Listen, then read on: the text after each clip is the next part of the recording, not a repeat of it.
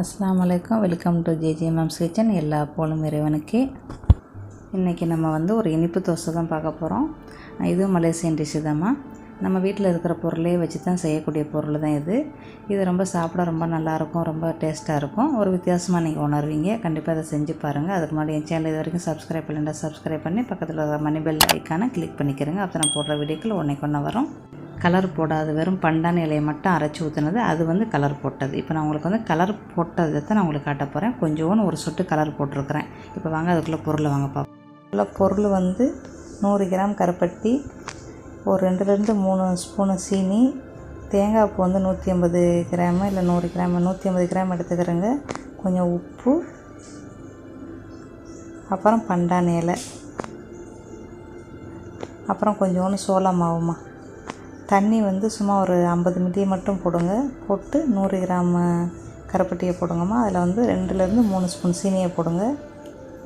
ஏன்னா நம்மளுக்கு கருப்பட்டி அந்தளவுக்கு இனிக்காது, அதனால் கொஞ்சம் சீனியை மிக்ஸ் பண்ணிக்கிறணும்.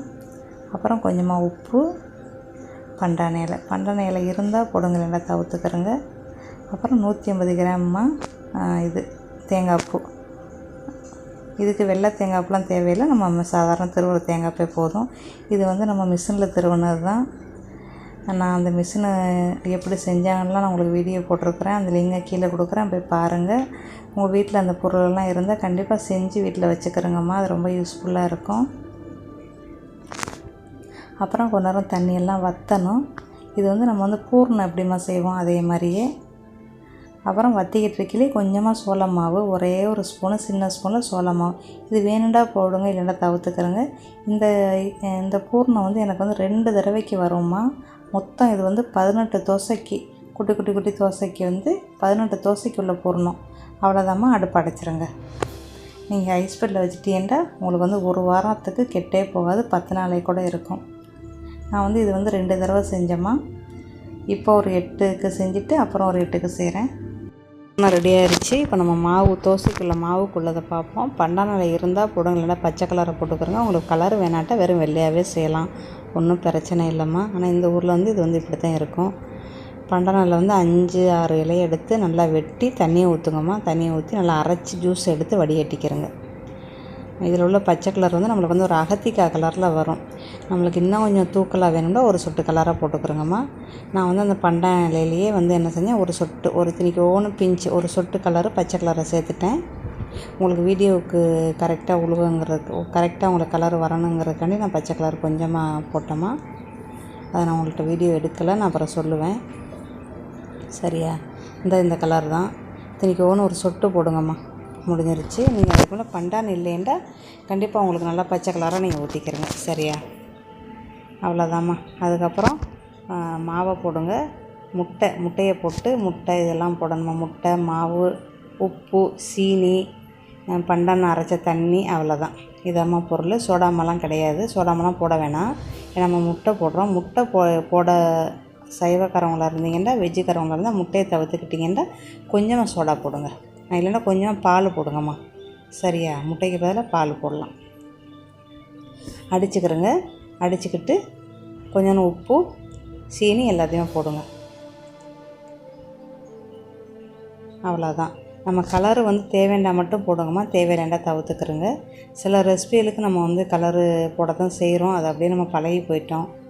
அதனால் நம்ம சில இதெல்லாம் தவிர்க்க முடியாது. உங்களுக்கு கலர் வேணாட்டா பண்டான இலை இல்லை, பச்சை கலர் போட விருப்பம்னா நீங்கள் வெள்ளையாகவே செய்யலாம், ஒன்றும் பிரச்சனை இல்லைம்மா. டேஸ்ட்டு எக்காக இருந்தால் கூட நம்மளுக்கு மாறாது, ஒரே மரத்தமாக இருக்கும்.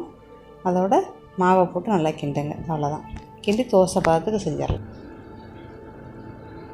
எல்லாத்தையும் நல்லா எல்லா தண்ணியுமே கரெக்டாக நான் எக்ஸ்ட்ரா தண்ணியை ஊற்றலாமா. அந்த பண்டான இலை அரைச்ச தண்ணியை எனக்கு சரியாக வந்துச்சு. நம்ம பண்டான இலை ஊற்றினா இது கொஞ்சம் அகத்திக்காய் கலரில் வரும்.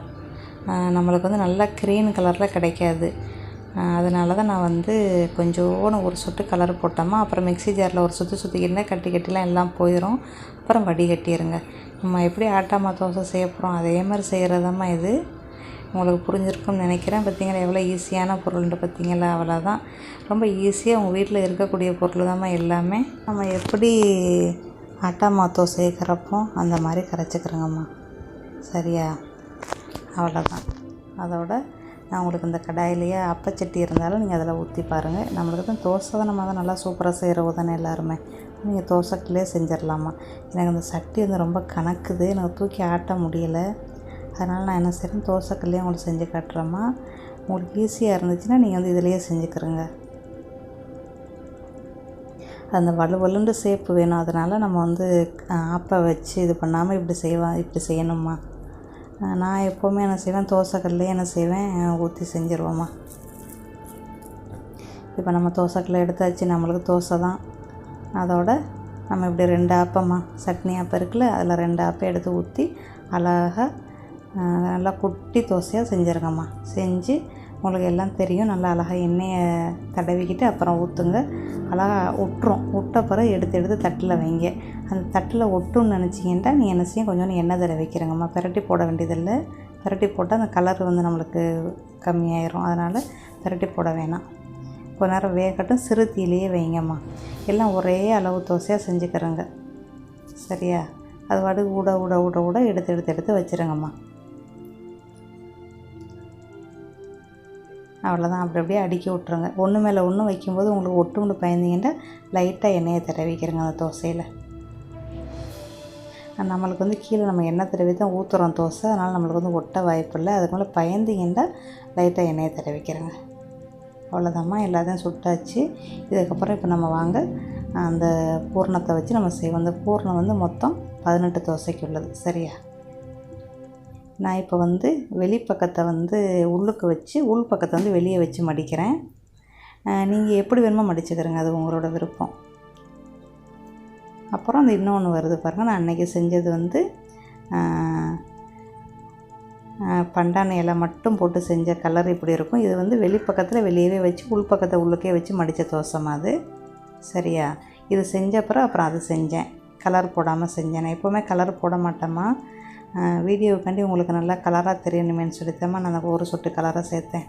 கலர் நான் குறைவாக தான் பாய்ப்பேன், தேவையில்லைன்னா அதை நான் வந்து யூஸ் பண்ண மாட்டேம்மா. அதுக்கு வந்து நம்ம போடத்தான் வேணுங்கிற ஒரு கட்டாயம் இருந்துச்சுன்னா கண்டிப்பாக நம்ம போடத்தான் வேணும். அதுக்கு மட்டும் நான் யூஸ் பண்ணிக்கிறதும்மா. அவ்வளோதான், இந்த மாதிரி சுற்றிக்கிறேங்கம்மா. நம்ம எப்படி ஸ்ப்ரிங் ரோல் சுற்றுவோம் அதே மாதிரி தான் நம்ம சுற்றணும், வேறு எதுவுமே இல்லைம்மா.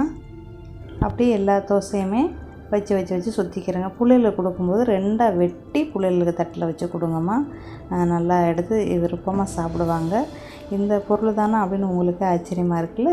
அவ்வளோதான், உங்களுக்கு செய்யத்தான் தெரியலை. மற்றபடி நம்ம வீட்டில் இல்லாத பொருள் கிடையாதும்மா. இதெல்லாம் மலேசியாவில் இருக்கிறவங்க தான் செய்யணுன்ட்டு இல்லைம்மா. நீங்கள் எந்த நாட்டில் இருந்தீங்கன்றாலும் மலேசியன் டிஷ்ஷை கண்டிப்பாக செய்யலாம். அதுக்கு நீங்கள் என்ன செய்யணும்னா என் சேனலை சப்ஸ்கிரைப் பண்ணி மணிபெல் ஆலை கிளிக் பண்ணிக்கிறணும். அப்போ தான் நான் போடுற வீடியோக்கள் உங்களுக்கு ஒன்று வரும். அது வந்து நான் வந்து ஒரு 2 நாள் சென்று மறுபடியும் செய்கிறதுக்காண்டி நான் எடுத்து வச்சுட்டேம்மா. அவ்வளோதான், முடிஞ்சிருச்சுமா. இவ்வளோதாம்மா, அருமையான சுருள் தோசை, இனிப்பு தோசை நம்ம செஞ்சிட்டோம். நீங்களும் கண்டிப்பாக ஈவினிங் ஸ்நாக்காக பிள்ளைகளுக்கு செஞ்சு கொடுத்துட்டு எப்படி இருக்கு கமெண்ட்டில் சொல்லுங்கம்மா. ஓகேம்மா, இன்னொரு நல்ல பதிவில் சந்திக்கிறேன். தேங்க் யூ ஃபார் வாட்சிங்.